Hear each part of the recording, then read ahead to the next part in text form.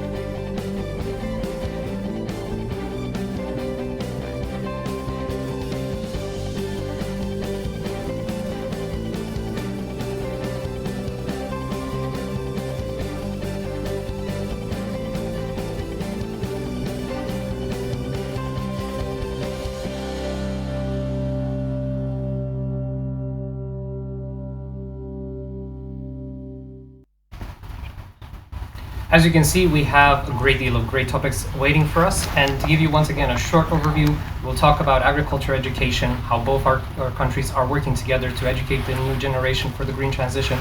We will talk about circular agriculture and its role in sustainable development. We'll talk about green urban landscapes, something that I believe all urban dwellers are very passionate about. And of course, we're going to talk about how to work together in the subject of Together We Are Stronger.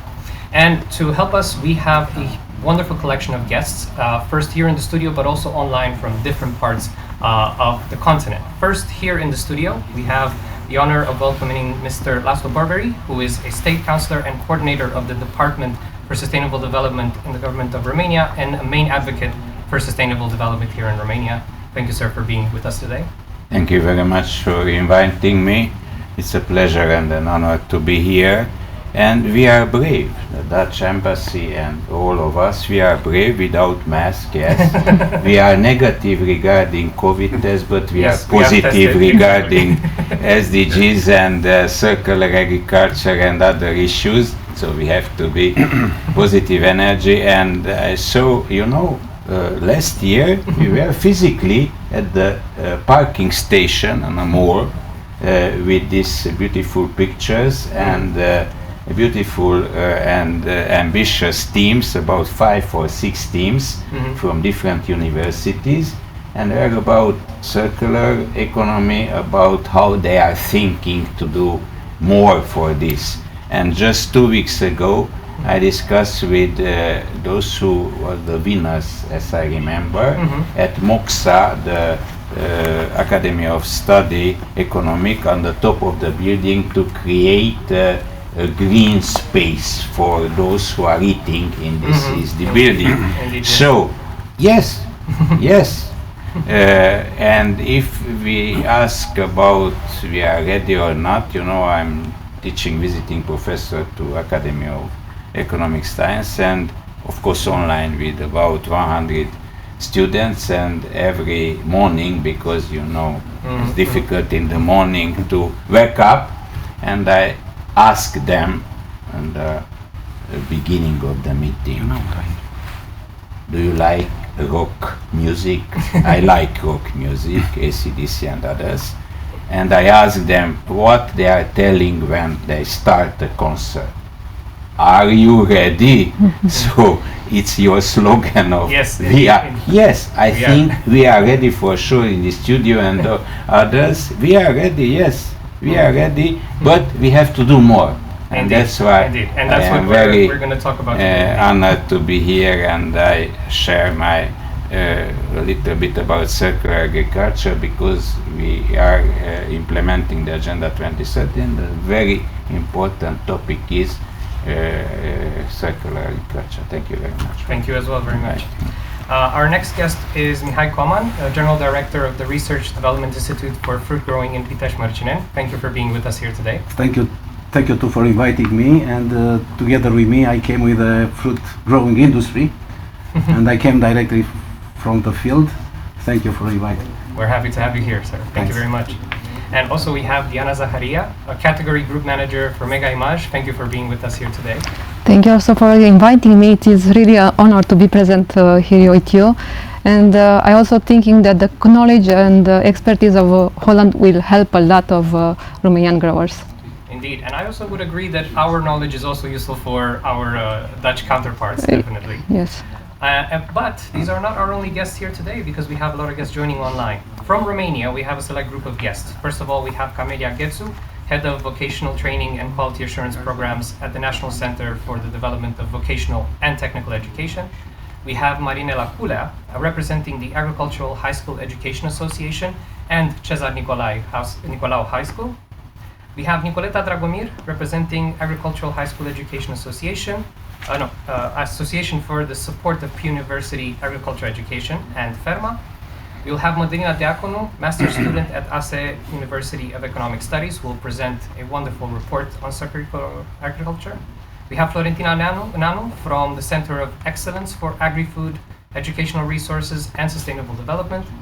We'll have Victor Dijkshorn from Vic Landscapes and Remi Lube from Malter BV, who will be also presenting from the field here in Bucharest. Now, These are the people we have here in the country, but all the way from the land of blooming tulips and daily biking commutes, we are happy to also welcome Arie Veldhuizen, who is a General Director in the Ministry of Agriculture, Nature and Food Quality for the Netherlands, and Jan Stevering, representing Greenpact and Zone College. Welcome to all of you once again. We're happy to have everyone connected and live here today. Now that the stage is set, let's get this show on the road with our first subject.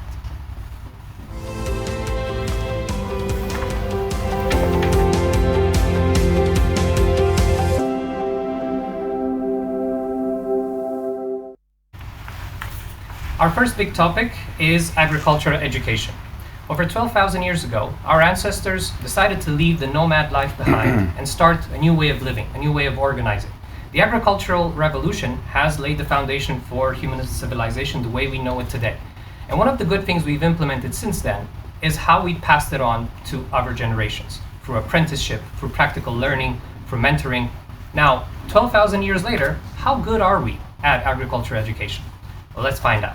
We will first start with a statement from one of our main partners coming from the Ministry of Agriculture and Rural Development, and we will have a statement from Mr. Marius Micu, State Secretary in the Ministry. Let us watch.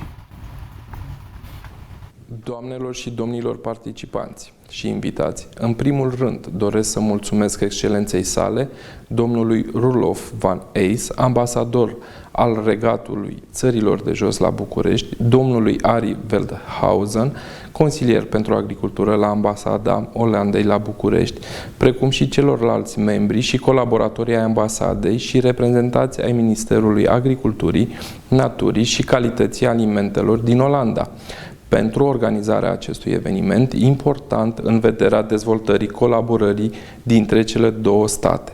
Pe teme importante, cum ar fi dezvoltarea durabilă a agriculturii în ambele țări, promovarea educației agricole cu accentul pe educația verde, economia circulară și agricultura urbană.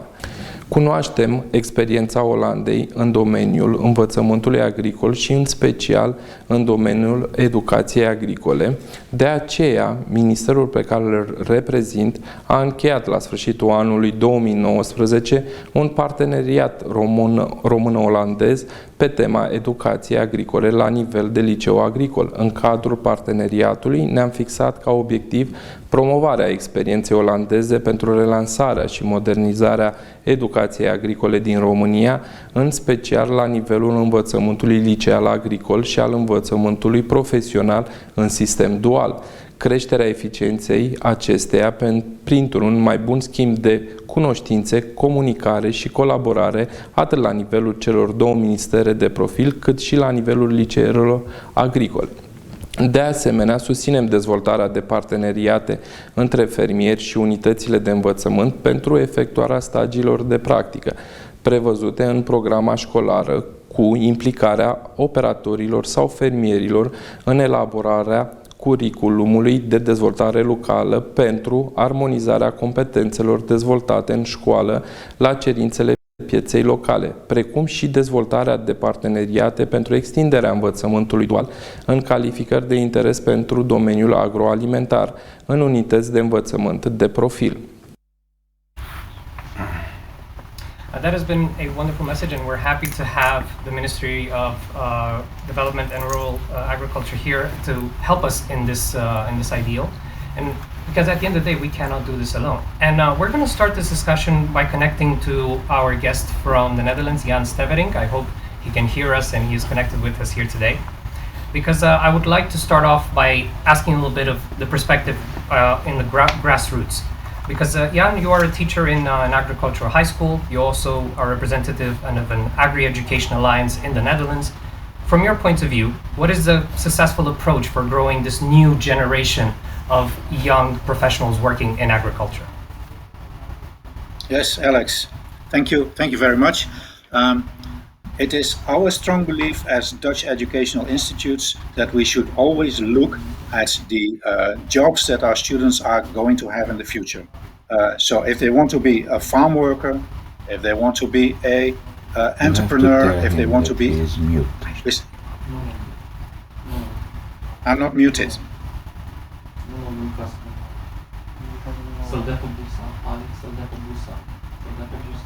Can you hear me?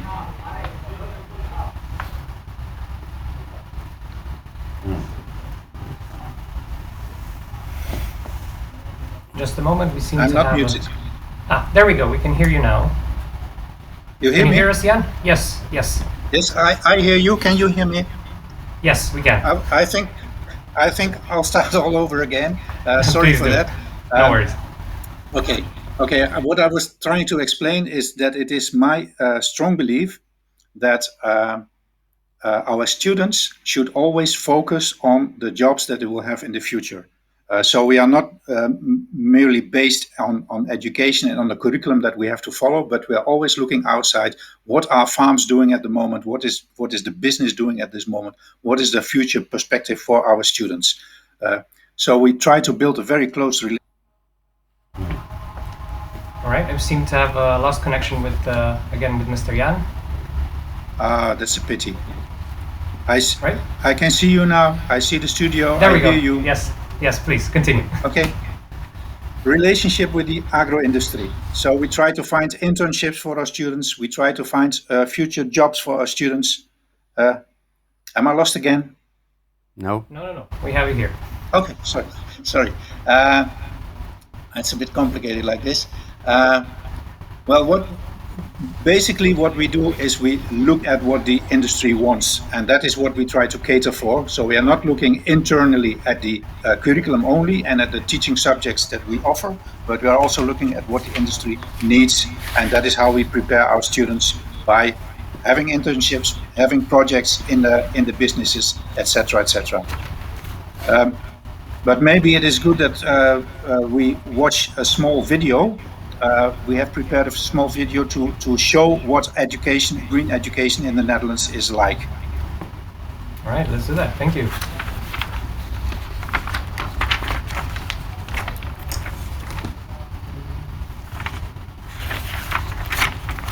Wil jij werken op een varkens-, pluimvee- of melkveehouderij of daar leiding of advies geven? En wil je goed leren inspelen op alle nieuwe ontwikkelingen binnen de sector? Dan is de opleiding veehouderij iets voor jou.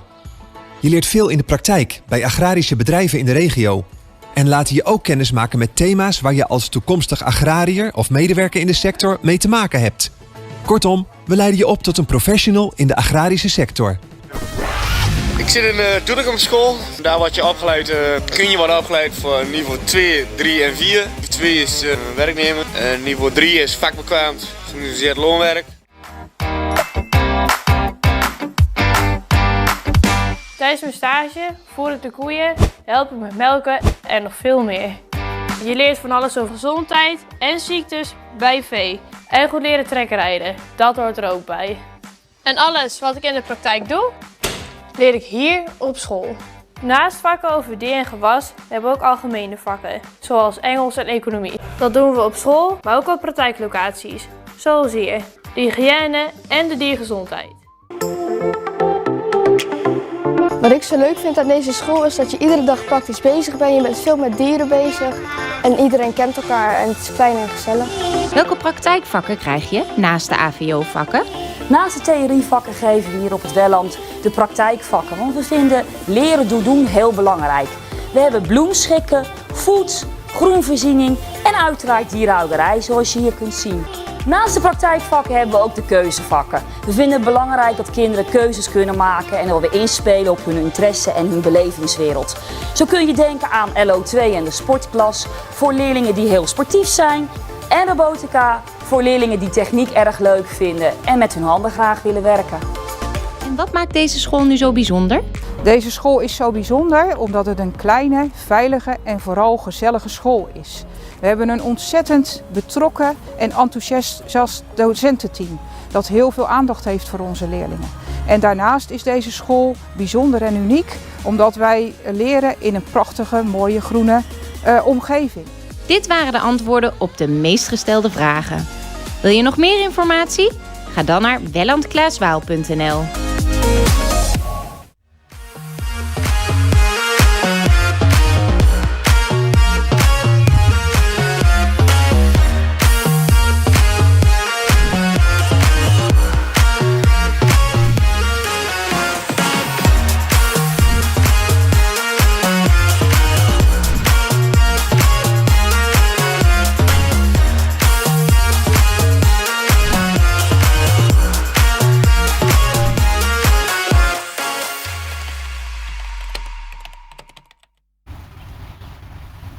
now that we've seen how the Netherlands approaches agriculture education in high schools, let's see how's the situation here in Romania.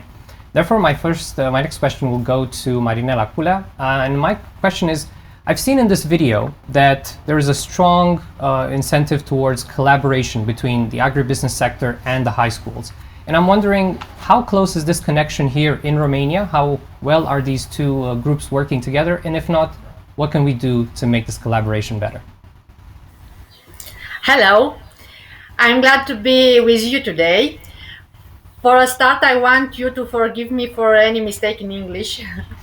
Cezar Nicolau Technological High School in Brănești, together with other high school with a predominantly agriculture profile, is a partner in the Growing Truth Agricultural Education program developed by a consortium of non-governmental organizations, including World Vision Romania Foundation, Junior Achievement Romania, Civitas Foundation for Society Civil, and of course the Romanian Center for European Policies. Through this program, you try to create a close link with the agribusiness sector through several initiatives such as organizing round tables with representatives of the agribusiness environment to conclude partnership or practice, organizing study visit on the value chain for students on real farms and at commercial agents, entrepreneurship education course and annual competition, Company of the Years, where representatives of agribusiness environment are also invited, and carrying out promotion campaign through which the high school will become known in the community and implicitly in the local agribusiness environment. The Romanian Center for European Policies realized a study regarding how can revitalize the vocational and technical agriculture education in Romania, from which I can extract. If you look strictly at the dual education in agriculture, it has difficulties. Provide more difficult to apply in agriculture than in technical industrial specialization. Maybe because the class of students is made up of 24 pupils, they can have at most 3 different qualifications. This would mean that an economic agent should conclude such a partnership with the school for 8 students, which is very difficult given the low logistical, human and economic capacity of farms and agro-industrial companies in Romania. What I would point out is that collaboration with farm can be done step by step to gain trust and get to each other better. For example, first the study visit, then the practice, then the curriculum developed for real, then dual. Maybe teacher training, I know. It is necessary for the two sectors to make friends better. And for this friendship, it takes a little more time and more context in which to know each other. Indeed. Thank you very much for your contribution. And I will say, I think you've done a great job. I don't think you need to be nervous about your level of English. You've done a good job. So thank you very much. I'm very nervous. Well, it's normal. It's part of the job, I guess. Okay. I would like to know, and this is where I would move to Nicoleta Dragomir, because I know she has a very good knowledge of what is happening between these two sectors. Nicoleta, can you give us some examples of good case practices that we see between the agribusiness sector and high schools in Romania, so that we know what is it that we can learn from them? Thank you for inviting me. As in case of agriculture, Romania has a huge potential in terms of agricultural university education, but I think this is not sufficient exploit. I support the establishment of an institution similar to the Dutch one to coordinate and mediate the collaboration between the Ministry of Education, the Ministry of Agriculture, high schools, and the agribusiness companies. By the end of high school, we think the students must acquire basic knowledge in agriculture, but they also have to learn about advanced technologies and innovations. Or this is not possible without collaborations between research, farmers, authorities, and high schools to find appropriate solutions for agricultural students' practice. Today, unfortunately, the reality beats the very good past of agricultural high schools in Romania, and the practice is limited to the existing resources in high schools and to the few partnerships with the economic agent. Because although the entire agricultural community is complaining about the lack of skilled workers, there are a few who lend a helping hand to specialized high schools when it comes to student practice. Fortunately, I know many examples of good practice in high schools where local companies are actively involved in students' practice. Let's not forget one of the most important things is to connect the educational offer in agricultural high schools with the demand on the local labor market. And for example, we have, I think, all our over 50 high schools in Romania has good collaboration with local agribusiness companies, but not so much with the farm sector.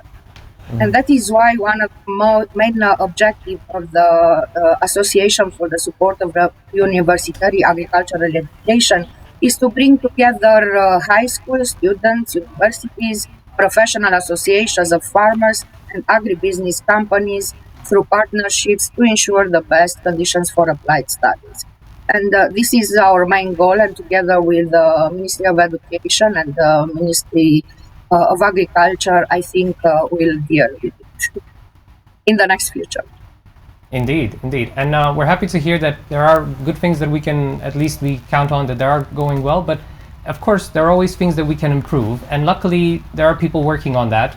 And here I would love to connect to Carmen Ghețu, because from what I know, there are some interesting plans now that we're talking about the national plans of recovery and resilience, but also there is an interesting project called Reconnect that they are developing and implementing this year and the next year, which aims to help and improve agriculture education. So Carmen, can you tell us a little bit of what is happening behind the scenes and what are your ambitions? Yes, of course.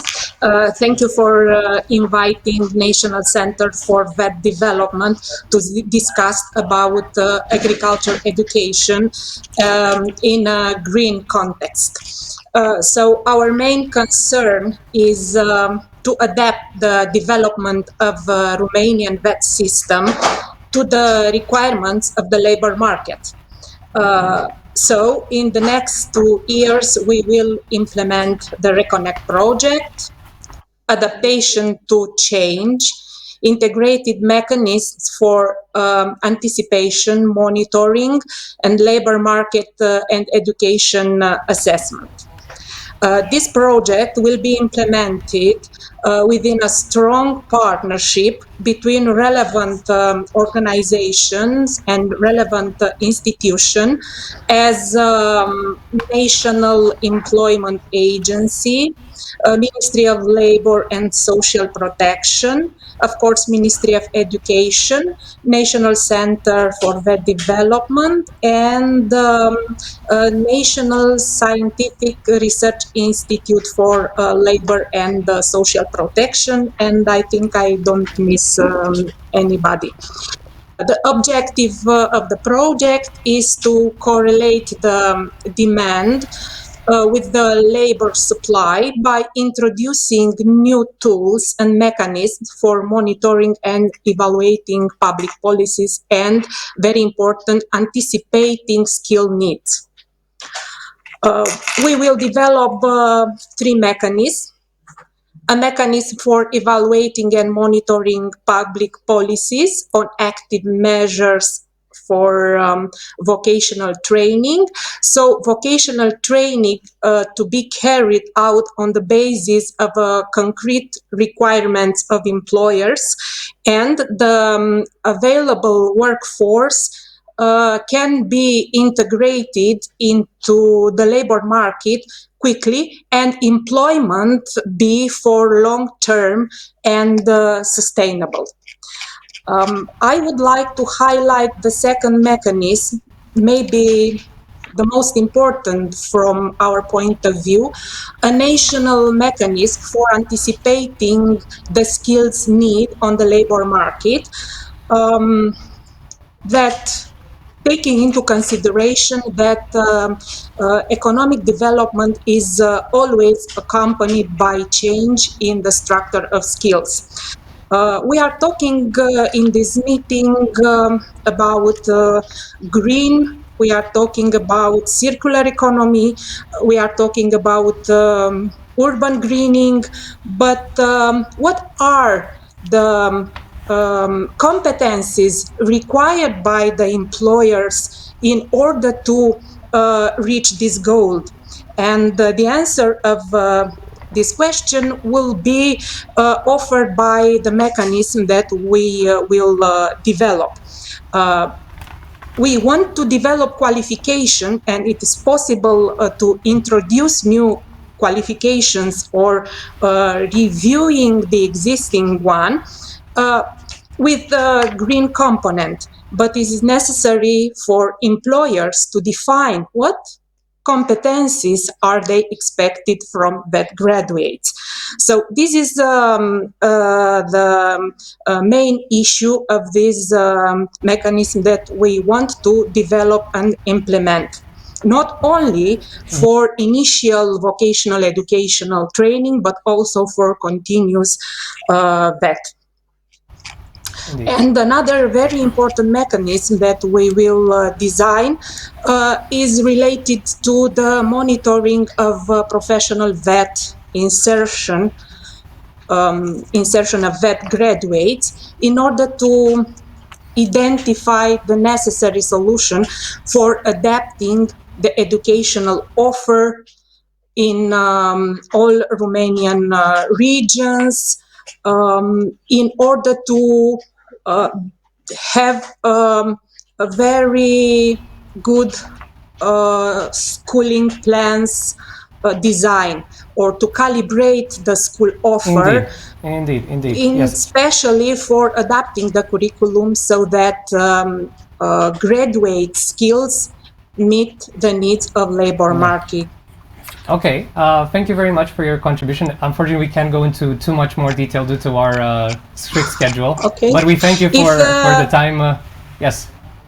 Yes, if any other questions will be addressed, I can answer, or I can send a text message and so on. Yes, we will have a Q&A section at the end, so hopefully we'll have questions addressed to that. Thank you very much. We're going to come back to Jan, because you mentioned a very important subject, and that was the cooperation with the academic sector. And I was wondering if you can tell us how does that work in practice in the Netherlands, so that we can have a bit of a parallel with how it works here in Romania. Okay, thank you. Interesting question. For me personally, I am representing vocational education. So most of our students will directly go to the labor markets, either as workers or as managers, but also quite a substantial percentage, I don't know exactly, but it's up to 30% of our students will continue education in the university. As you may know, the Netherlands has one of the most renowned agricultural universities in the world, Wageningen University, but we also have a large number of universities for applied sciences, in which many of our students will continue their education. We are also engaged in projects together where students of higher education or of university education and vocational education work together in research projects where our students are more involved in the daily implementation of activities, and the university students are more in the processing of the research results, etc. But we form a very close network, and introduced me as being the chair of the country table for Romania, and there we also have VET education, VET institutes and universities of applied sciences sitting at the same table. So we have very close cooperation. Thank you very much, Jan. I'd like to address a question to Karen Veldhuizen. Arie, I think I would love to give you the stage for this question. Thank you, Alex. I'm impressed, by the way, by your knowledge of agriculture in these 3 weeks. It took me already 20 years to get all this knowledge. But Karen Veldhuizen is my colleague from the Ministry of Agriculture. I have a question for you. The Netherlands has a good reputation when it comes to the golden triangle, the gouden driehoek, the strong bond and collaboration between the authorities, academic institutions and the agri-business sector. What makes this golden triangle work, and what lessons can we learn from the way the Netherlands have managed to foster such collaborations? Okay, thank you very much, Arie, and also thank you for inviting me, and good morning to you all. I think what makes Groen Pact, the Green Pact, it's called in English, work, is I think actually a joint sense of urgency, also the need to change. For the Netherlands, this was related to addressing important societal challenges such as climate change, biodiversity, but also the need to promote sustainable agriculture, to promote circular agriculture. And I think it's also important that all relevant stakeholders that are part of our agricultural system share this sense of urgency. And I think it's also important to bring these stakeholders together, raise awareness, and also stress the importance of long-term mutual benefits, but with respect for the different interests and perspectives of these stakeholders. So I think this sense of urgency is really important to work together, and what also made an important success between them. I think a second important factor is the need to develop also a long-term vision together. Where are we going to? What are our lives? Where do we want to go? And also to stress the importance of cooperation between governments, education institutions, and private sector. And I think it's also good to know that the Netherlands has, of course, a long history in such kind of cooperation. In our fight against water, inland and coastal floods, we need to work together and control this water by a very efficient system of regional cooperation, also involving stakeholders. So we are kind of used to this type of cooperation. And I think the third aspect, in addition to promoting and developing this vision, it's also important to organize institutional cooperation between those parties, both at administrative level, but also at managerial and operational level. It's really very important to define needs, specific themes that need attention, set concrete objectives, and also organize the cooperation by means of working groups around all these themes to make it happen. And I think in that sense, Green Pact is a very good example. We started with this cooperation since 2015-16 as a result of this growing sense of urgency. And for education, we developed a specific agenda for green education, also to keep abreast with labor market needs, because I think in the Netherlands, like in Romania, our population is aging. There's a limited interest sometimes among young people to get education in agriculture or in nature-related themes, and also to work in those sectors. So this is also, the human capital agenda is also a very important aspect of this joint agenda. I couldn't agree more, and I appreciate the fact that you talk a great deal about urgency, because urgency is an important element, not just because of we have to focus on education for the younger generations, we have to focus on education for the current producers. And I would love to address the next question to Mr. Koman, because you manage the only research institute for fruit growing here in Romania, where this approach was implemented in practice in bilateral partnership. And I'm curious, can you tell us more about it, and how does it work for the Romanian food growers? Yes, indeed, I am representing a departmental institution, which belongs to the Academy of Agricultural Sciences from Romania, but we are very linked relationship with universities and high school, of course. Thanks to relationships started, I mean, 8 years ago, we managed to gather a platform, especially for the practice in agriculture field, in horticulture field, and focused especially on fruit industry. This platform means, as an simple explanation, some demonstrative plot which inside of them we tried to include all diversity, genetic diversity, some about techniques, different techniques, and smart agriculture if it's possible. This developed in this period of time, and many young persons coming from different levels, starting with high school till PhD. That is now we runs, and now we are focusing another way to keep close to the young farmers which invest in fruit growing industry in Romania. I take advantage of this appointment to say in the last time we, together with this small plot, we planted and we expect to implement now more than 10,000 hectares in Romania for fruit and orchards, which seems like this small plot.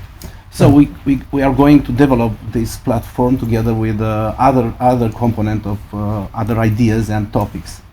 And many young we used to come in the last three years, more than 1,000 person entry, and we transform little by little in a trainers, in a way like trainers. Our scientists and researchers work now like trainers for young generation, but not only, also for the farmers.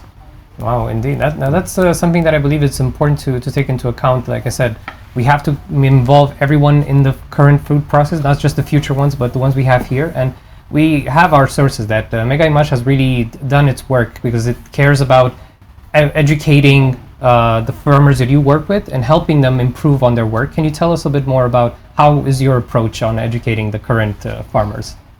Actually, Mega Image make a commitment to sustain local production and local growers. This happened eight years ago, and we launched a strategic project for us to address the needs for local products, for healthy products, and tasty, not at least, especially in veggies. We target this project, and we also target the needs of the growers, because they need predictability in deliveries, they need some information regarding the prices, some help with the inputs. So we try to combine all this together. Of course, we need the help. We contracted 2 agronomists, and with their help we were able to provide sustainable technologies for production, so we can obtain in the end that healthy product that we want. What is important is that these 2 agronomists are providing constant consultancy to all our growers, and we're speaking about right now almost 200 growers, small growers, and they help them to learn about our technologies, to learn what is good practice in agriculture, because they have to change the way of thinking. They learn before from their parents, from their neighbor. They have some, let's say, old thinking in production area, but after they experience our technologies, okay, they say have to go in this way. And we are proud that we help them to develop, and actually we help them to develop their family business.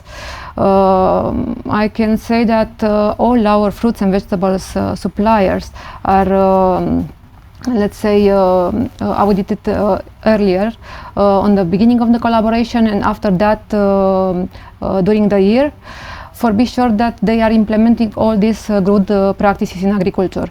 It is important for us in Mega Image that all our partners to have certification for GFSI, and this is the target for this year and also for the next period, to obtain this certification and to maintain them, of course. Indeed. And Mega Image is part of Albert Heijn, of course. Yes. Indeed, and I hate to be the person that cuts the conversation short, but we know education is a big subject. We all want to contribute to this subject, so we are asking the people that are watching online, please ask whatever question you have on the subject in the Facebook chat or in the comments, and we will do our best in the Q&A to address them, because I'm pretty sure you also have your own curiosities that you would like to address to our guests. And now we're going to move into our next subject, circular agriculture.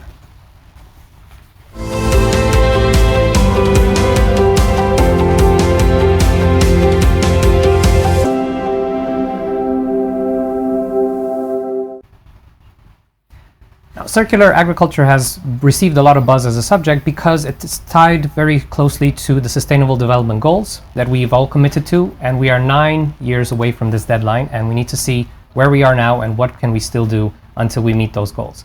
And here I would love to give the stage to Mr. Laszlo Borbély, because you have been campaigning for this. You are the main champion of sustainable development. Where are we now in terms of our plans, and what are the ambitions until, let's say, the end of the decade? Yes, thank you very much. First of all, I would like to say some words about education, because it belongs and it's one of the most important SDGs, yes.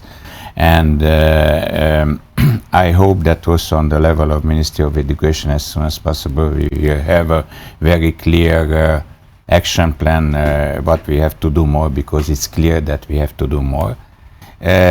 First of all, it's dual education, yes, and how we can have partners to the private sector to grow and to have more classes on dual education. We are very active. We will have a summit on dual education as soon as possible, and just today at 1 o'clock we have a online meeting, a hybrid meeting also in gastronomy and food waste, because food waste is one of the most important issues, healthy alimentation, and we promoted during the years. We start with the partnership, and more than 20,000 brochures were sent to different schools, how for the children to educate them.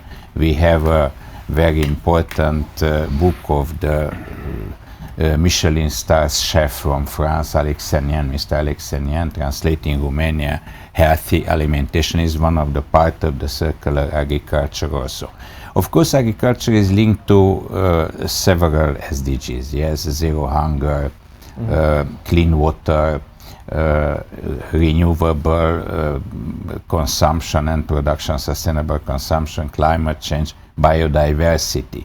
We have to put together, and that's why in our department, which was established in 2017, we have a new strategy in Romania. This is our new strategy since 2018, and it's not accidentally that two people are raise their hands, because we need solidarity, we need partnership, we need to change the mentality of the society, and without partners we will be just, something technical, something very, very theoretical, but will be a failure. So that's why. But first of all, we have to look in which stage we are, yes? And we have another book also in our site, of course, of the department, the national indicators in 2020, yes? In which stage we are now? Also in agriculture, we have no time to enter in details, but we have a huge amount of the food waste. We are in public debate to have a strategy for circular economy, which means all, of course, not just circular agriculture. We have in European Union the 6th largest agriculture, but we have no enough productivity, in my opinion.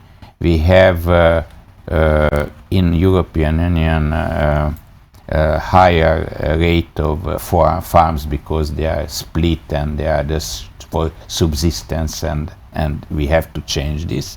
And in my opinion, will be very important regarding our side to be partners, to have partnerships. We have partnership with Ministry of Agriculture in food waste. We are linked to FAO to translate some for education, not new curricula, but to help them to understand how important it is in a country in which about 48 or 49% of the population are living in countryside. So it's a very high level of, but of course it's okay, but we have to show them that it's another approach. Digitalization, yes, it's very interesting. I saw a picture when a guy are staying with the calculator, with the with iPad, and in in the backside there are cows and others. So we need this kind of digitalization. So we are open, we are discussing about irrigation, how, and they are saying that is not part, could be not part of our recovery plan. Okay, we need this irrigation and we need to find other possibilities from European Union money and from the budget. So it's my asking is to be partners, and I congratulate again the Dutch embassy and also the Ministry of Agriculture from your country and also the private sector, because it's important to have best practices. And I have to tell you that in Holland, you know very well that it's best practices for us and good practices for Romania. So we will be in contact. We will. I hope that we will prove that we have to do more. For us, one of the most difficult issues now that more than 3 million people, Romanian citizens, are working outside. So it's a huge need to have specialists, to have very good knowledge of what we have to do in agriculture. And that's why we intend to finalize an action plan until the end of the year regarding all the SDGs, to have new indicators to monitoring. So we are like a catalyst, like to put together those pieces, and it's my last, it's a Rubik cube, the Rubik cube of SDGs, because if you try to put it, and of course, if one piece is not in their place, something wrong, you have no chance to. It's like in a society, yes. Each place should be or could be in their places, and that's why with a lot of positive, I hope, approach, we can do more to have a more sustainable society. So I have a surprise for you. You were asking for best practices. Now maybe I can hand over the first edition of the 20 Dutch-Romanian best practices in circular agriculture. Wow. Indeed, this is. Thank you very much. We have actually part of the team that has worked on this ebook, because it's a report on good case practices on circular agriculture, both in Romania and the Netherlands. And I believe we have now Madalina, who is one of the people that was part of creating this report. Hello, Madalina. Tell us a bit more about this report and what was the work that you did behind the scenes. Hello everyone.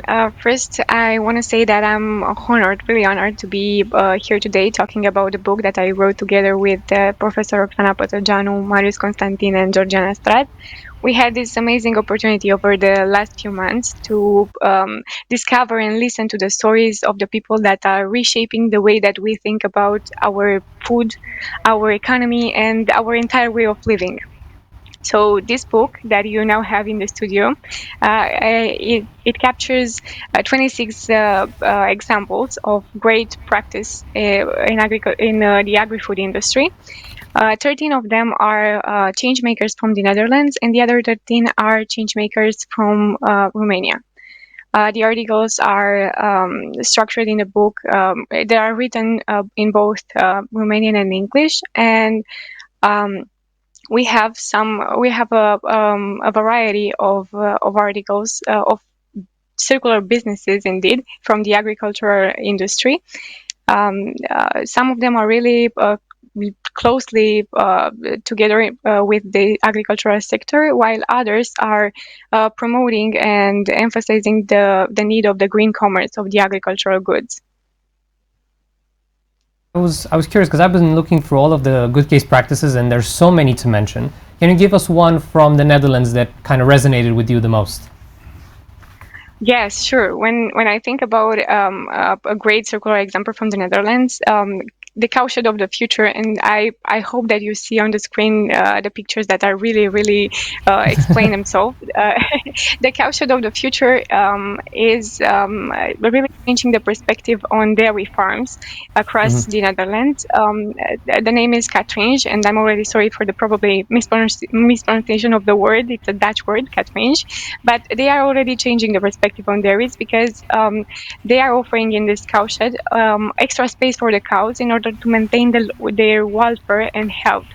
And one really great thing that they did, one really great aspect of the business, a circular aspect, is that they managed to integrate a system that that is separating the urine from the manure, and further in the process they are closing the circle from waste to resources when they mix together the dry manure with the straws from the cow beds and obtaining a natural fertilizer for the meadows, which turn in delivering the perfect feed for the cows, which is and then revealing in the process to a higher quality milk and cheese products.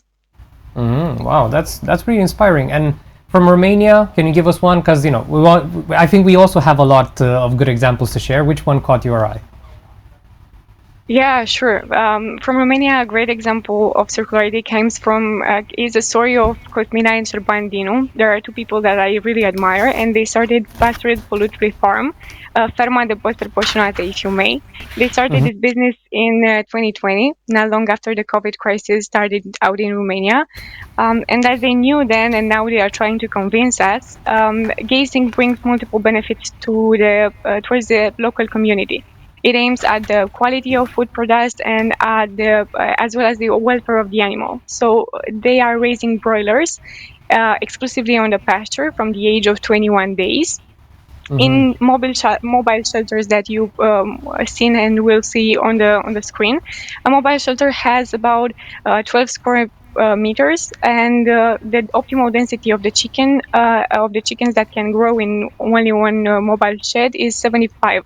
So they are choosing this way of doing their business. They raising the broilers in the mobile shed in order to have closer to zero impact on the soil, and they also manage in a short amount of time, because they are only from 1 year on the market, to really build a really strong community around their initiative, because they are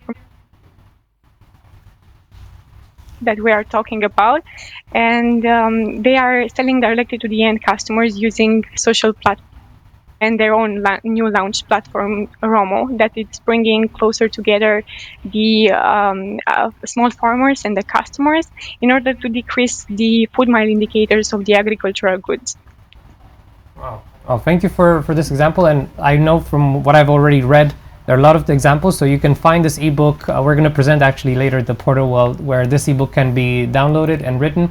Thank you for your work, and we're really happy to see these examples. Thank you, and I would like to take a second to really express the author's gratitude towards the Embassy of the Kingdom of the Netherlands in Romania for giving us the possibility to write a book, for making possible this book, and giving us today the opportunity to share with you all the great stories of the change makers. And to all the change makers out there, I really want to say a sincere thank you for making us understand how we can make the world a better place. Thank Indeed. you.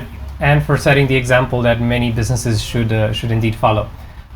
Once again, we want to take the time to show a short statement from Mr. Marius Micu from the Ministry of Agriculture and Rural Development that shows the commitment towards this subject of circular agriculture. Asigurarea calității și securității alimentare în condițiilor unor resurse limitate reprezintă o provocare pentru orice economie națională. O soluție practică poate fi furnizată prin utilizarea optimă a inputurilor din sectorul agricol, prin utilizarea eficientă a produselor secundare rezultate și prin recuperarea elementelor utilizabile din deșeuri ca factor cheie de stimulare a competitivității și a lanțurilor valorice durabile. Este un domeniu esențial pentru stimularea creșterii în zonele rurale, creând valoare adăugată pentru societate prin producerea, transformarea și utilizarea resurselor naturale biologice. Creșterea ocupării forței de muncă în zona rurală se poate realiza prin dezvoltarea lanțurilor locale de aprovizionare puternic legate de contextul bioeconomic și teritorial, și anume resursele agricole și forestiere disponibile local. Economia circulară vizează metode de conversie a materiei prime în produse cu valoare adăugată, cu scopul de a ajunge la o economie inovatoare bazată pe cunoștințe avansate cu emisii scăzute. Astfel, economia circulară include acțiuni inovatoare întreprinse pentru producerea alimentelor, a hranei pentru animale, a materialelor biologice și a resurselor de bioenergie. Pentru o economie circulară viabilă, este nevoie ca cei care activează în domeniile care pot utiliza bioresurse să fie sprijiniți atât pentru investiții în proiecte de cercetare-inovare, în tehnologie specifică, cât și pentru realizarea unor parteneriate pe orizontală și verticală, având ca rezultat creșterea competitivității și protejarea mediului. Prin urmare, este necesară finanțarea proiectelor integrate, indiferent de dimensiunea întreprinderilor, a formelor de asociere cu rolul economic din sectorul agricol și industria alimentară, bioeconomie, cu accent pe economia circulară, putând fi o componentă importantă în dezvoltarea sustenabilă a zonelor rurale, în corelare cu dezvoltarea fermelor care produc pentru piață în sistem organizat. Este important ca dezvoltarea sectorului agricol românesc, agroalimentar, să fie corelată corespunzător cu obiectivul limitării emisiilor gazelor cu efect de seră. Mai mult, practicile moderne pot include alegerea culturilor și speciilor mai bine adaptate sezonului de creștere și apei disponibile, adaptarea culturilor cu ajutorul diversității genetice existente și a noilor oportunități oferite de biotehnologie. Okay, it was very interesting. Thank you, State Secretary. I want to give the floor very shortly for a reaction to The Hague, where we have Ms. Karen Bakhuizen. Maybe she can tell us in a few sentences the Dutch policy on circular agriculture and the relation we could have with Romania in this. Thank you, Arie, for this interesting question. And I think we should also maybe highlight that for more than half a century, Dutch and European agricultural policy has focused on efficiently producing as much food as possible at a low price and also with a reasonable income for a farmer. But also we have faced now the negative side effects of this. And I think for the Netherlands, it's a huge transition that we have to make, and to change our agricultural system into a one that is more circular. So for us, really a huge challenge, whereby we are also facing different challenges, technical challenges, but also societal challenges in terms of knowledge that we need to make sure that this circular agriculture will work also. One of the key challenges is also how to support farmers in developing new types of businesses or business models that are also attractive for them. This is also a huge challenge, and also a political challenge also to get the support of farmers to make this transition. So we're working on this with special programs like Innovation at the Farm. It's also literally called like that, supporting farmers in making a change, in providing them with advice and specific skills and knowledge to make the transition, looking for new business models. At the same time, we're also working on innovating our education and also making sure that research, applied research, is also helping businesses that would like to make the change also. So we're focusing on applied research that is implemented by TVET colleges in very close cooperation with private sector parties. For example, there's a very nice example of a circular greenhouse in the Netherlands. Very promising, and also a lot of international partners are looking at this specific idea, but also at the University of Applied Sciences, and in addition to that, also the Wageningen University Research Center is also helping the Dutch government to set also define further policies and also to create the knowledge that is needed by education institutes and by private sector parties. So there are a lot of specific new programs developed, subsidy programs to support this movement, but also within Green Pact we have discussions on how to move forward, because we, like we said before, we need all stakeholders to make this transition, which is, I think, crucial, not only for the Netherlands, but also for the rest of the world. And within the international orientation of this movement, we really welcome partnerships like with Romania to work on our, I think, shared challenges and shared interests and perspectives that we have. So we really would like to welcome you on board and to take part of the Green Pact movement. Thank you very much, Karin. Nice to hear. I know that already, but it's good that you mentioned it again in this broadcast, that this collaboration is so very important. Indeed, and also I think we can now get a bit of a glimpse, because you've mentioned a great deal about what universities are doing and the collaborations, and that's why we're going to continue with a nice video to see a little bit how agriculture universities in the Netherlands build the best practitioners in the domain.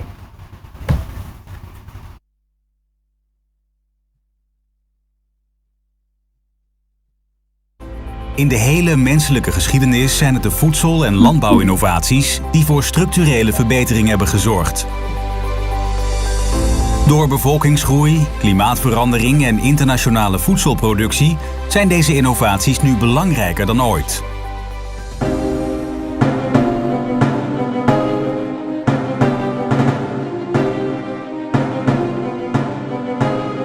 This is really nice to be part of a school that thinks about the bigger picture. The school found a way into my heart like that. We all really want to contribute something, and we are here to find means to achieve that. It helps me see also the whole system that the world has right now. The social issues we have, the nature around us, but we have to also keep in mind of the economics, you know, that's there, the politics that's there. The school gives you opportunities to learn like the field trips and excursions that we do. Romania in the first year, that was a really good experience just to get a taste of actually what it's like to work in communities, and you really get a feel for the practical side of it rather than just following a textbook. If we want to have a world where our children can eat safely and play around freely, we are the generation that needs to solve it, and everything is coming back in parts of the study program. Ja, Iris Farms is onze schoolboerderij. Dat is een bedrijf met een melkveetak, akkerbouwtak en een intensieve tak met schapen, leghennen en varkens. Waar wij als studenten de kans krijgen om onderzoek te doen, waar we les krijgen en onszelf verder kunnen ontwikkelen. Ik ben verantwoordelijk voor het dagelijks gebeuren rondom de schapen, de kippen en de varkens. Dus voeren, behandelen van de dieren, dat soort dingen. Maar ook dat wij in gesprek gaan met vertegenwoordigers. Nou, dat is natuurlijk super leerzaam. En het is best wel goed voor je netwerking. Ik denk vooral het in gesprek gaan met vertegenwoordigers en kijken hoe je jezelf nog verder kunt verbeteren. Daar leer je gewoon heel erg veel van. Het is gewoon echt heel erg leuk. Ja. Wageningen University is one of the leading international universities in the field of healthy food and living environment. Here, you will focus on current and future global issues that are of increasing importance to both industry and government. You are ensured personal guidance throughout your student career with a student-teacher ratio of 7:1. Our research and education are based on a fundamental scientific approach, and we focus strongly on practical application. Wageningen campus offers you excellent student facilities, including an app to help you find an available workspace with a computer, a huge modern library that is open 14 hours a day, and a meeting center called Impulse, an inspiring meeting place for scientists, policymakers, entrepreneurs, students, and citizens.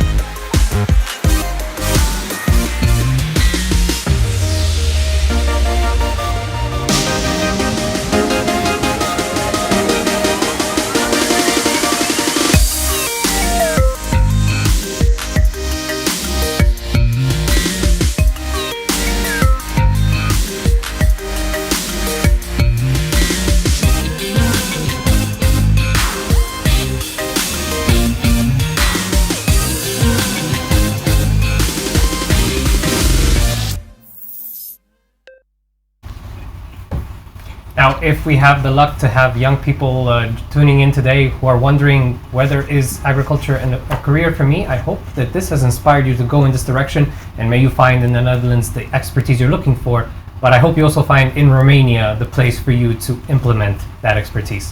The final question that I would like to have on this subject comes to Diana Zaharia, because one of the things I've noticed is that Mega Image has been very keen on improving all the food supply chain, from the farm to the fork, so to say. And I would love for you to tell us a bit more on how you've tried to implement elements of circularity in the supply chain that you provide. Well, I can say that our program, Gusto Românești, was born from the need of bringing on the market sustainable alternative, because there aren't so many at that moment. What we was targeting was to optimize the cost of the growers, to optimize production, and all this in the context of food safety, high level of food safety, and keep in mind that we are making production on traditional way. So products are cultivated on the soil, so not in substrate or other, let's say, automatic process of cultivation. That's why we are needed the expertise and technologies of our agronomists, but also the implication of Mega Image team, or it is still very active, because we are selecting, we are negotiating and contracting all inputs that the growers need, starting with the seeds, with fertilizer, with elements of control of the pest. Even the plastic folia for cover the greenhouse is negotiated by us. Last year we have introduced in 50 locations sensors for monitoring the evolution, pathological and phenological of the crops. In this way we can, let's say, optimize the consumption of fertilizer, also optimizing the irrigation system. So we try to teach growers to use all these tools what we provide for them.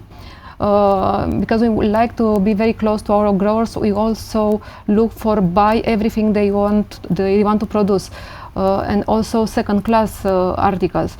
That's why you can see during the season some tomatoes, eggplant, peppers, second class on our shelf with better, let's say, selling price, because we really want to reduce the food waste. So the clients should have this alternative to buy cheaper products, but in the same time to help growers to sell everything. If the quantities for second class, it's let's say a little bigger, we also have a solution for this, because we use them for integrating our ready meal destination.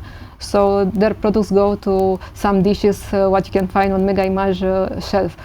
So this is again another focus for us.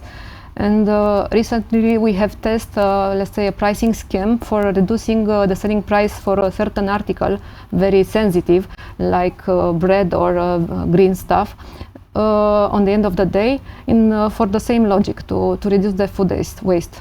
Mm-hmm. On the end of the day. Food waste is a huge subject, and yes. I would want to even focus more on what you've mentioned on the fact that you use even the second class products, because we've seen, and probably to those that are very familiar with the subject, we've seen images throughout Latin America and other places where the importers, they only want the first class, and the second class ones are thrown, and that's where most of food waste we see. And I would like to applaud the fact that you are taking care of this little detail, because it does indeed make a difference, and hopefully it becomes an industry standard here in Romania and worldwide. Yes, we applaud our clients because they buy our products even if they are second class, because True. They know what is the reality. They're helping the growers. Indeed, indeed. Thank you very much. Well, now we have, by the way, a whole special on our website from the Dutch Agricultural Councils in the world, www.agroberichtenbuitenland.nl. Yeah, I cannot imagine as anyone outside can understand it except the Dutch. But we have a whole special on food waste. That's very nice. And also what's happening in Romania, what you're doing here. So, indeed. Happy. Indeed. And as we can see, everybody can contribute, whether you're a producer, whether you're a retailer or a consumer. Each and every one of us can do our part. Now we're going to move into a subject that, like I said, will definitely resonate with our urban viewers. We're going to talk about green urban landscapes.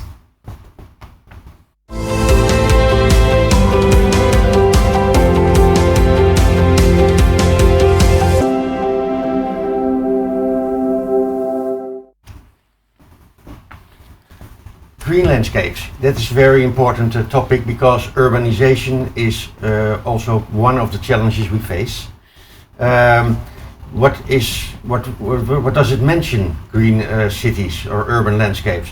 It means actually that people who are living in the cities are getting more and more also live in an attractive environment with lots of green.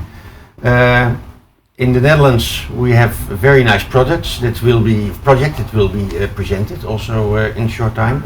And here in Romania we have a so-called Partners in International Business program, which means that a Dutch consortium of providers of green material have several projects here in the city of Bucharest, but also in other cities in Romania to grow the city more.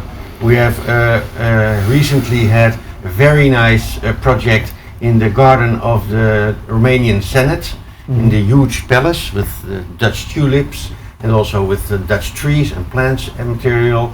We have a very nice experience with a so-called healing garden with Dutch materials, a healing garden where you can breathe also the Dutch air which is produced by the Dutch trees. You can breathe that. That's also very interesting. But I suggest that we can also look to that live now, to our landscape engineers here somewhere in Romania. I don't know where, but they're on spot, and we give them shortly the floor.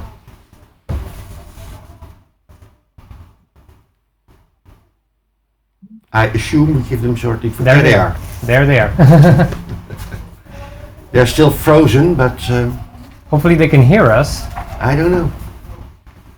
No. Well, if not, until we make sure our connection with them is stable, let us move to Florentina, who will talk a bit more about these projects. And in the meantime, we'll make sure we have our colleagues on board. Florentina, welcome.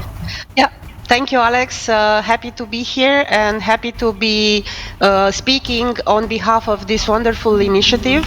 Indeed, the Partners in International Business is an instrument that is originated in the Netherlands, but it's based on strong cooperation in the countries that is implemented. And I have to say that this one that we are talking about is the fourth one. Yeah, so there were experiences in dairy, horticultural, and fruit tree sector where Mr. Koman was also involved.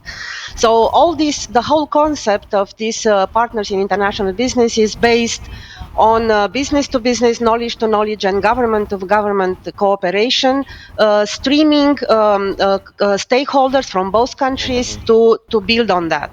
And there are some images that we prepared for our activities that are already implemented in the urban landscapes Romania. That's another video, but that can be played later on a bit on our strong, let's say, commitment for working together.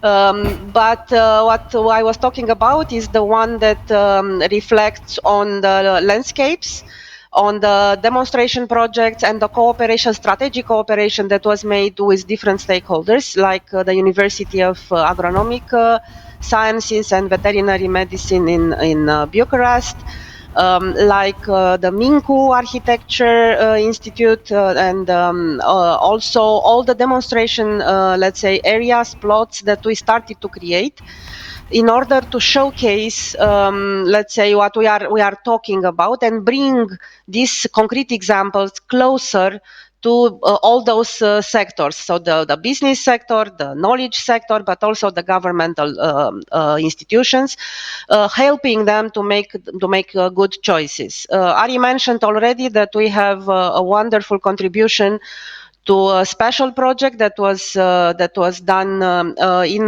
the garden of the former house of the people, the current headquarters of the Romanian Parliament, the Senate part, where the initiation of a garden that is recuperating the memory of the city was done already, and where we were able to contribute with diverse material from hedges to trees and a wonderful specially created tulip named after the former neighborhood. So Uranus tulip is there, bloomed this spring spectacularly, and made our life much more colored, and helped us to see the landscapes from a different perspective.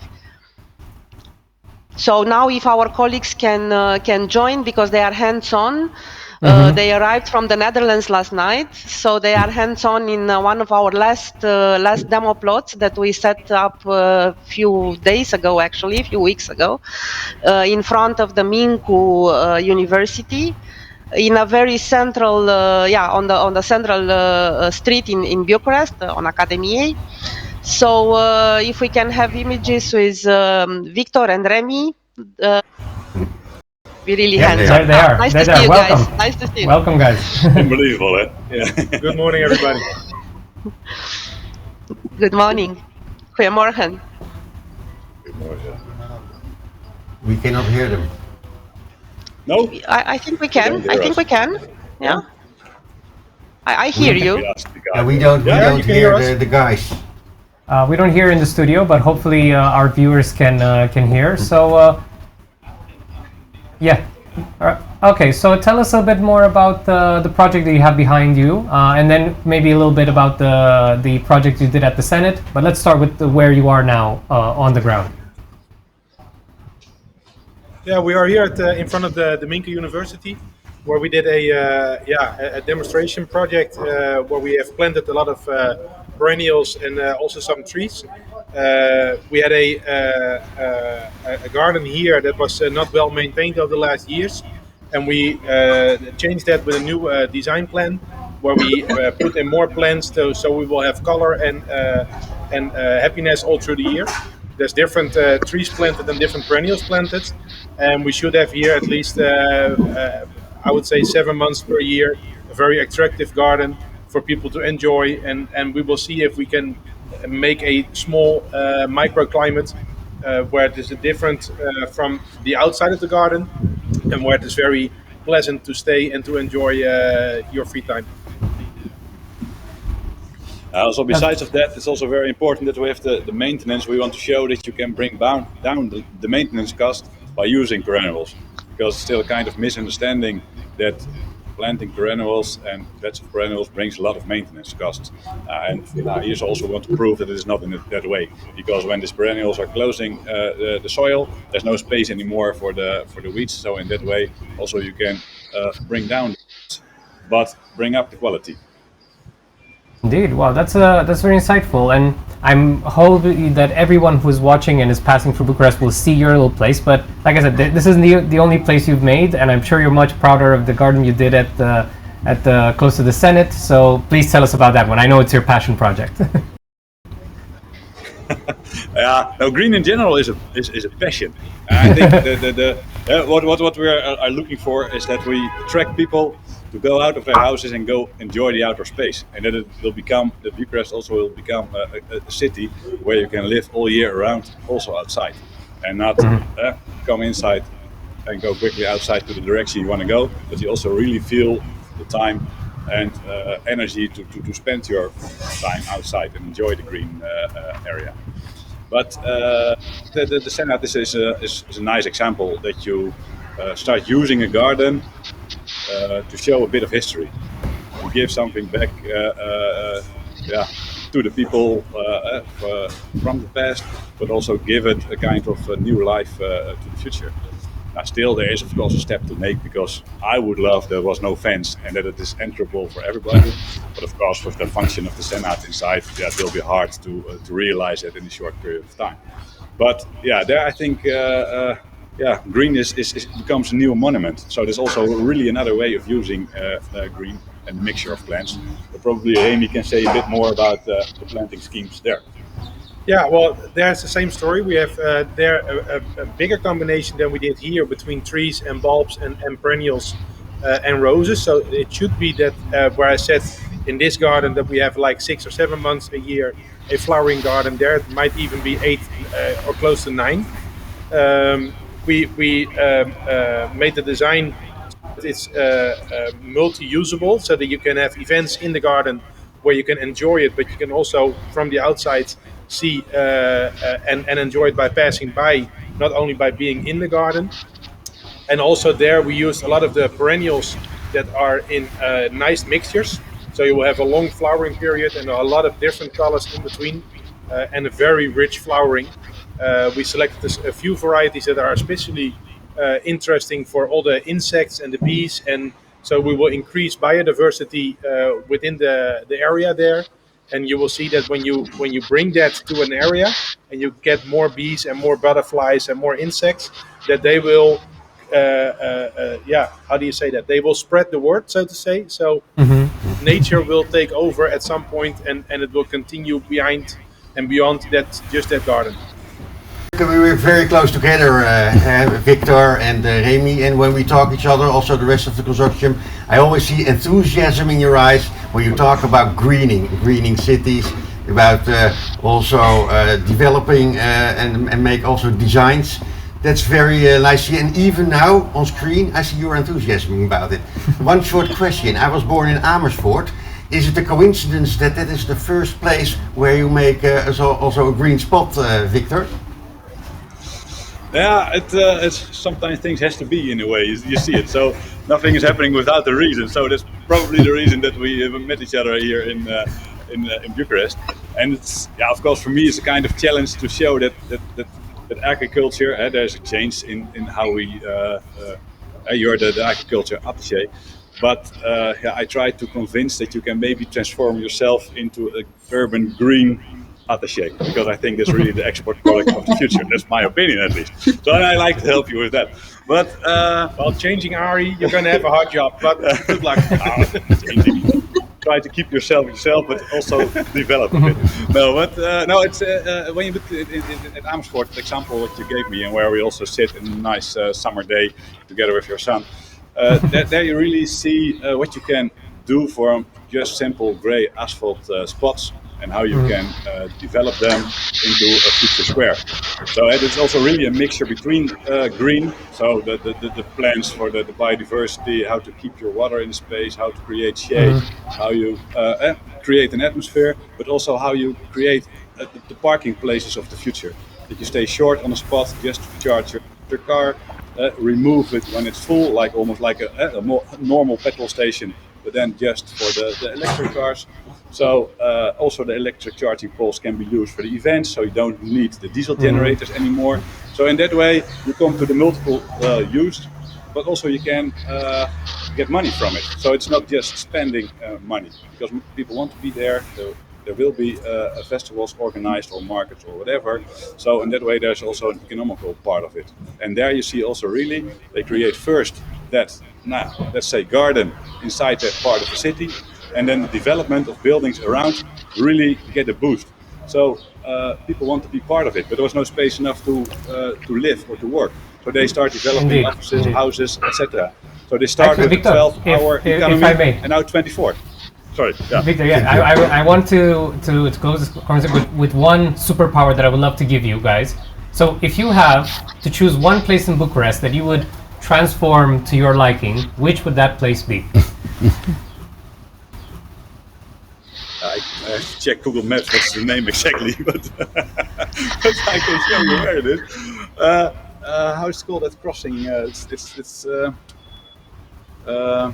It's not that long time ago they renew it. It's just fully that there's a parking garage underneath. It's a beautiful part of the city, but it's so hard and stony, and that I would love to make that spot green. But you know, that's Piața Universității, Victor.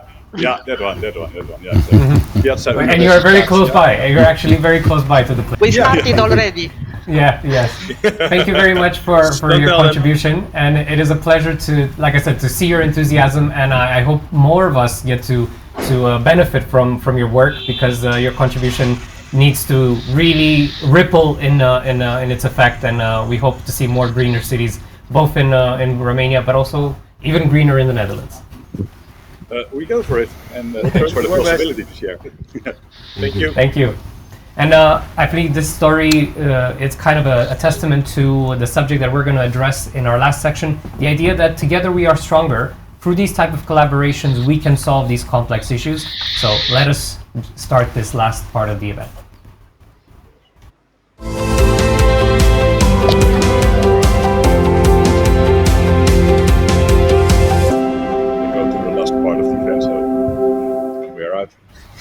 Like I said, the purpose of this event is to show that our strength is in our numbers and in our individual efforts.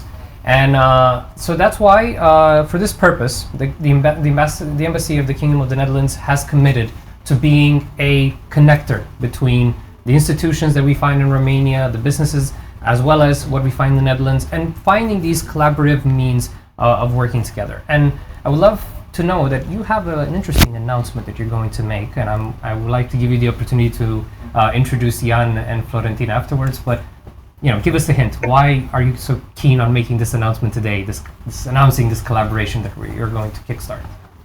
Why I'm so happy to announce it today? It is because we're on the brink of a new era, and also because we have so many results booked in the last period that we think we have to make that just now, and not in a bilateral seminar physical, but now with this public. There are 3 products which were really presented today, and the first product is, I think, the Edu portal, Agri-Edu portal, and I want to give the floor to Florentina Nanu, who explains a little bit in short how you can make use of this very interesting portal. Thank you, Arie.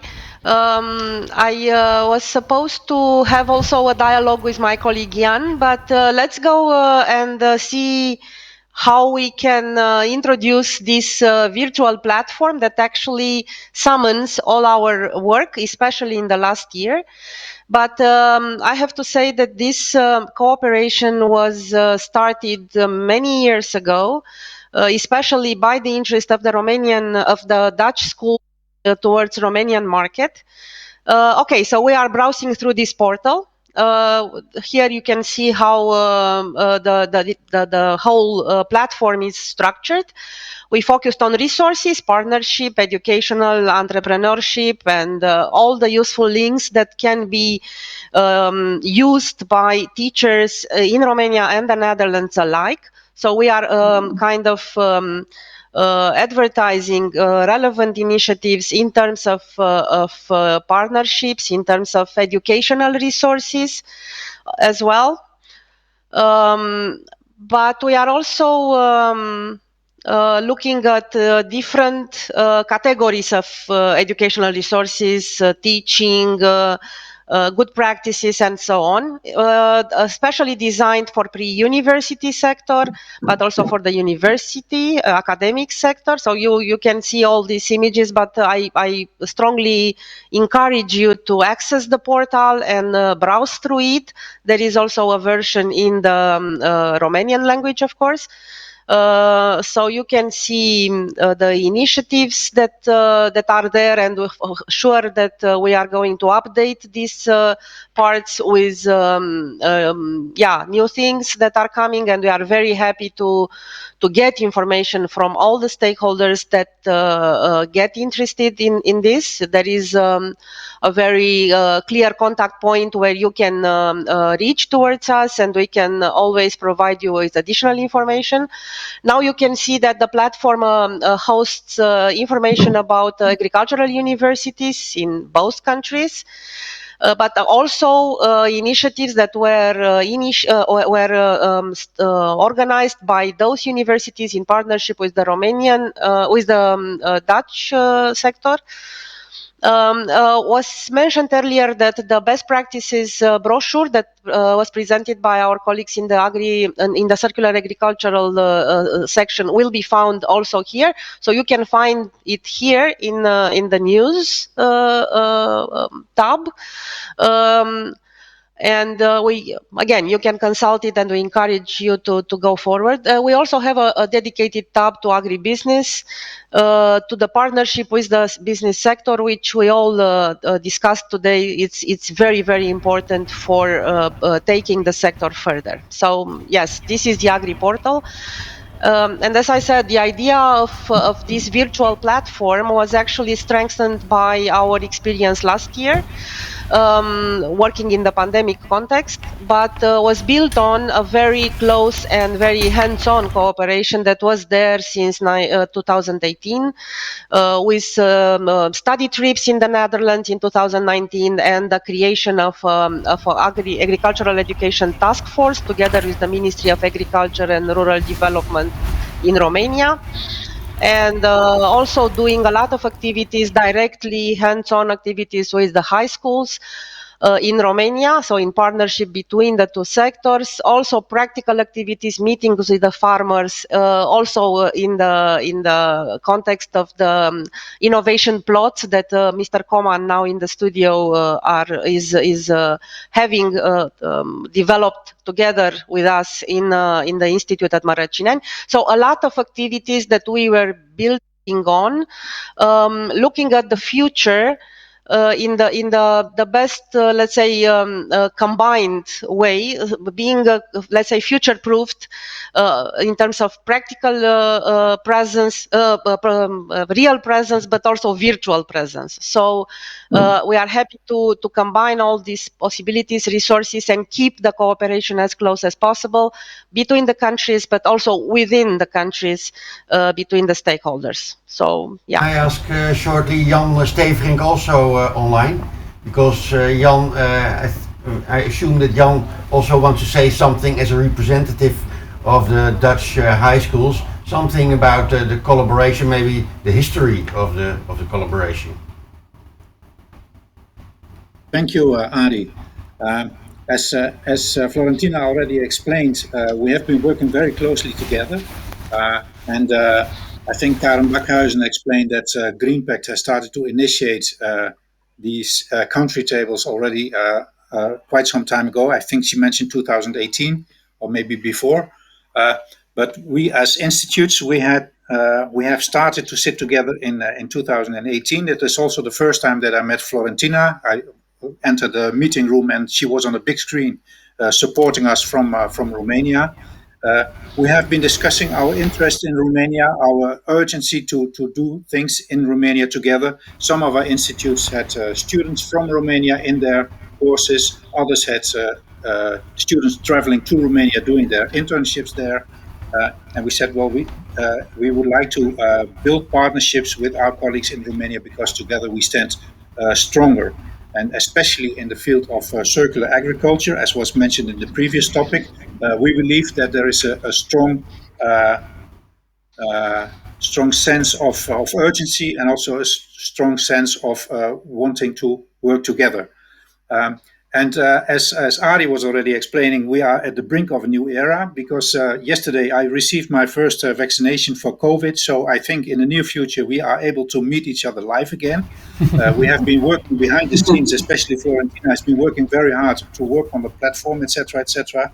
But we hope that we can use this platform, and that we need this platform for future collaboration.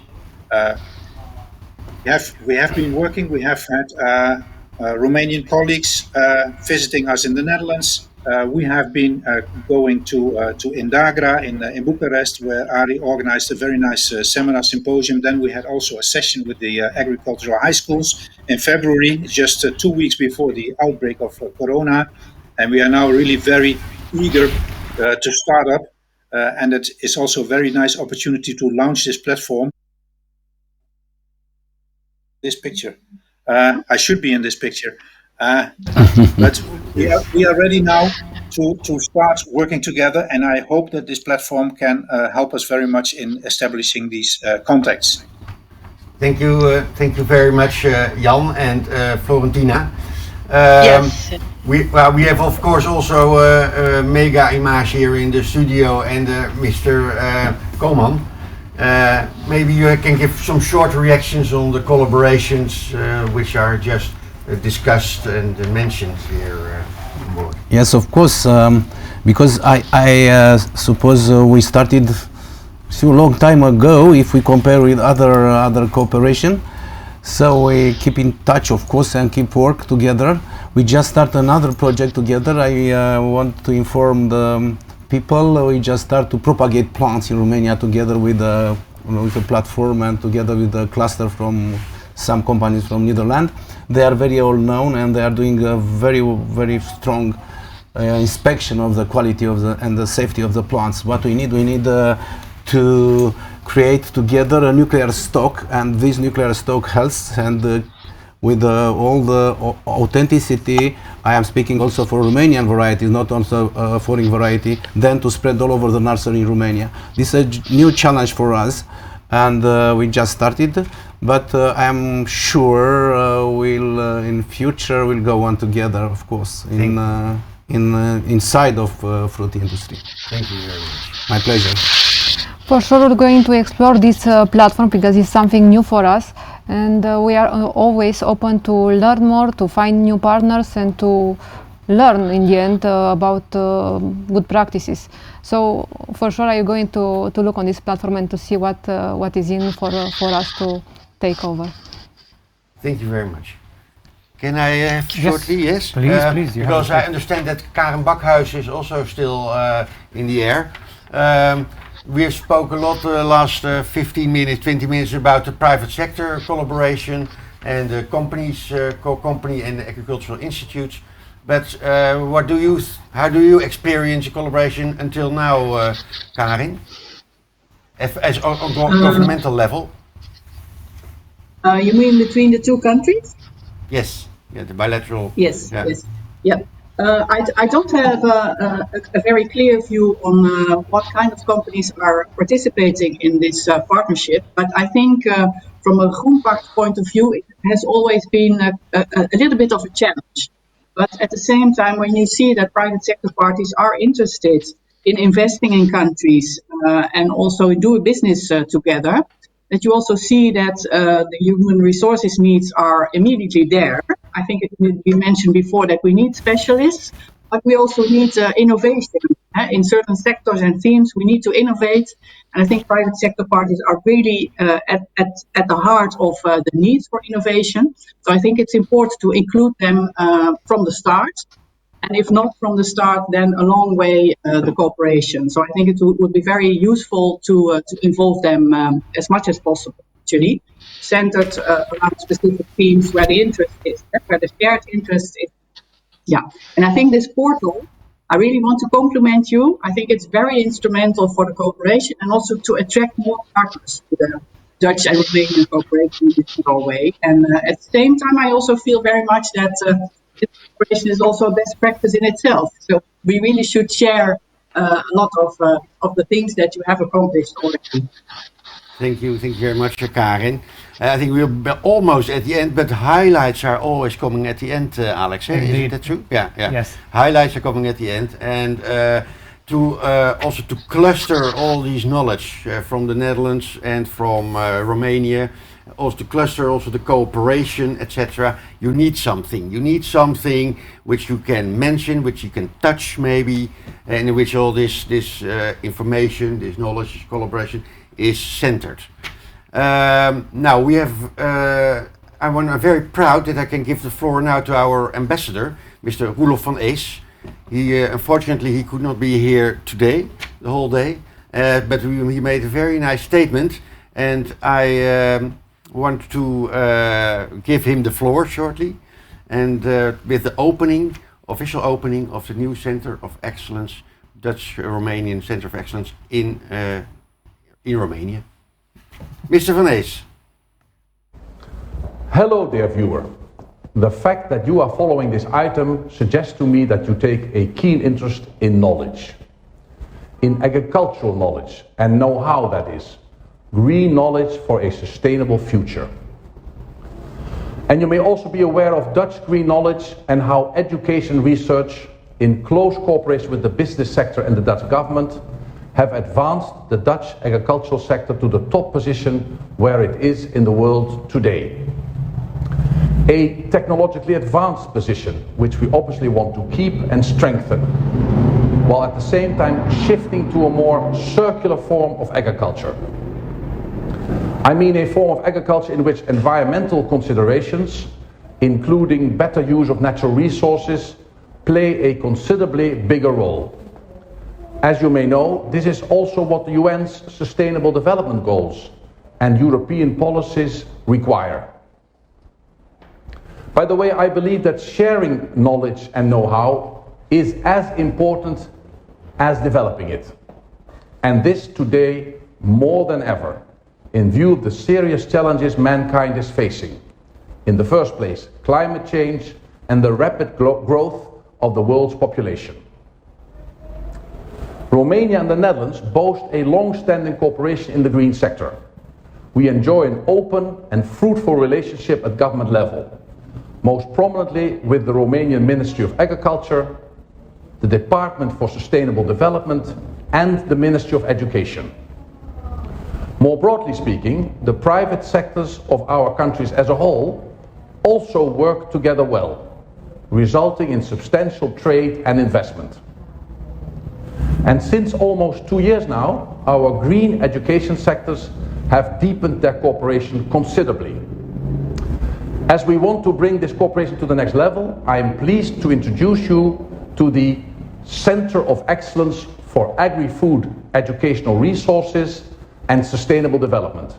In short, the Center of Excellence. This is a one-stop entity which can help you find your way to the green education institutions of the Netherlands, to identify the right research and business partners, to exchange experience, develop courses, and so on. The possibilities are manifold. So without further ado, I'm pleased to invite you to the Center of Excellence. Welcome to our center. What will you find in here? Green knowledge, educational resources, research and business partners, courses and curricula development, train the trainer and institutional support, practical activities and common projects, agricultural research and development, partnership in international projects. Come on in, we are open.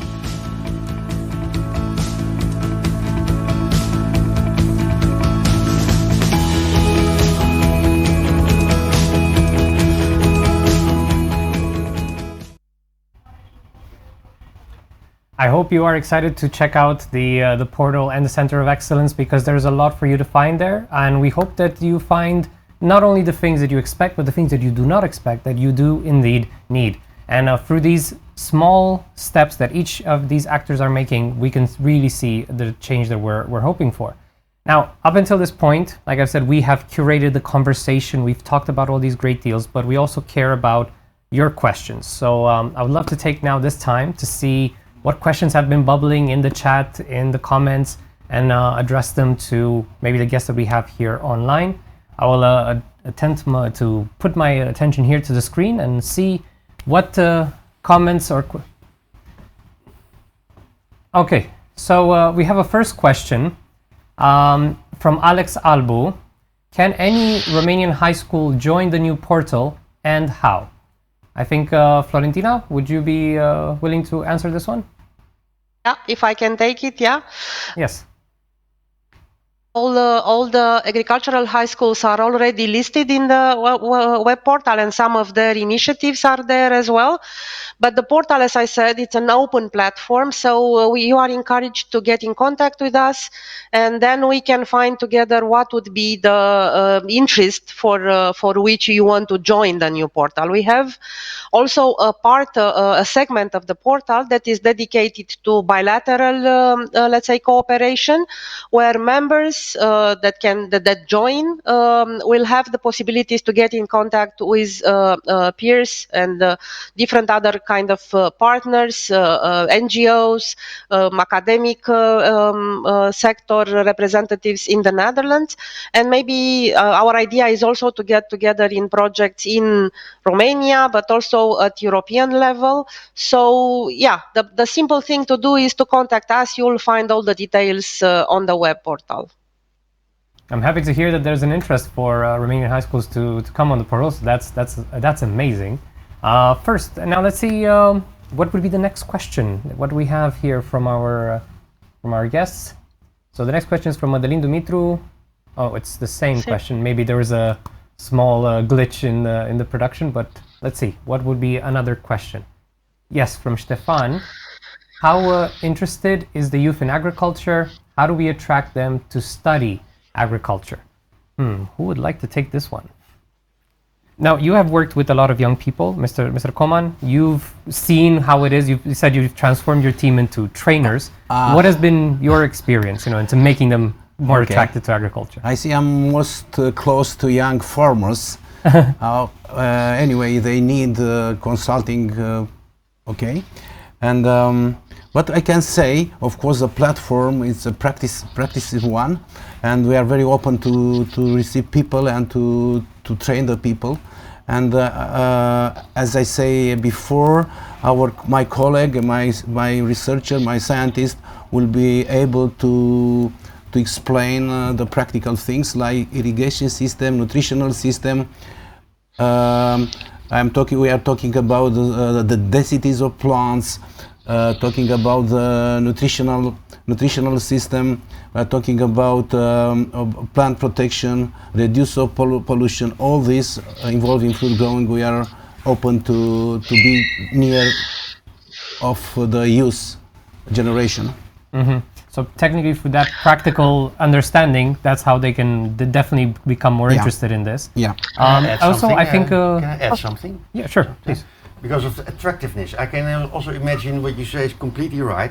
I can also imagine that young students want to have a future, especially when they live in the rural areas. And nowadays, it's quite difficult to build up a sustainable future for yourself as a younger in the rural areas. So it needs to be attractive to start working in the rural areas when they can earn a little bit more money, when they are getting good education, because that makes them worthwhile. And that's not only a value for the people themselves, but for the whole country. That you take care that these people have also a good future for themselves by meeting each other in the schools.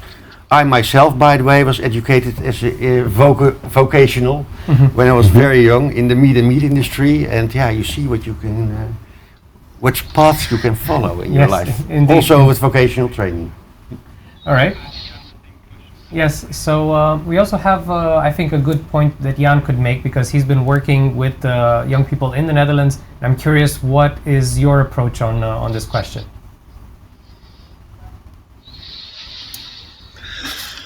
Well, yes, I agree with Arie that in the first place we should offer perspective to our students. There should be some dot on the horizon that they can go for beautiful jobs in an agricultural sector. There was a time that people believed that if you work in an agricultural sector that it's dirty work, that you have to get your hands dirty. Well, nowadays with all these modern technology, you don't have to get dirty anymore, but still you work outside, you work in a natural environment and doing a healthy and an honest job. I think what is important is that both in Romania and in the Netherlands, the agricultural sector has to show their innovativeness, but also that they offer good job opportunities and good career perspective. And that is for the youngsters, I think, a main factor in choosing for agricultural education. So there should be perspective, and at the same time, of course, we as agricultural institutes have to make the education very interesting and very challenging for them. Not too much sitting in the classroom, a lot in practice, really in the world of work, and in our case, that helps us to attract new students. Indeed, indeed. And I think through the examples we've seen today and through what all of the initiatives we have explored throughout this meeting, we can see an outlook. But I think, I'll bring back to your point, there has to be that example in the rural area. They should have those examples that they can look at and say, yes, I want to be like that, and we need to bring it closer to them. In this way, we can definitely see that that impact spiraling through. Now, we've had a great conversation. There are many questions that have been left unanswered, but hopefully we'll get back to them on another occasion. And now it's important for us to have a little bit of a proper closing to today's discussion. And I'm wondering, what were the ideas that stuck to you the most, Arie? And maybe a short statement from our guests here in the studio. What have been the most valuable ideas that we should take from today's discussion? What I take with me is that the collaboration is strong. It was already strong, and with this event it might be even stronger. We have now the right tools, we have a platform, we have the examples of circular agriculture, and we have also our center of excellence. So I think we have to continue the way we're going. We're on the brink of a new era. It's the third time it's been mentioned in this, and if we have a strong bond with each other, I think we can do a lot. Couldn't agree more. Mr. Conrad.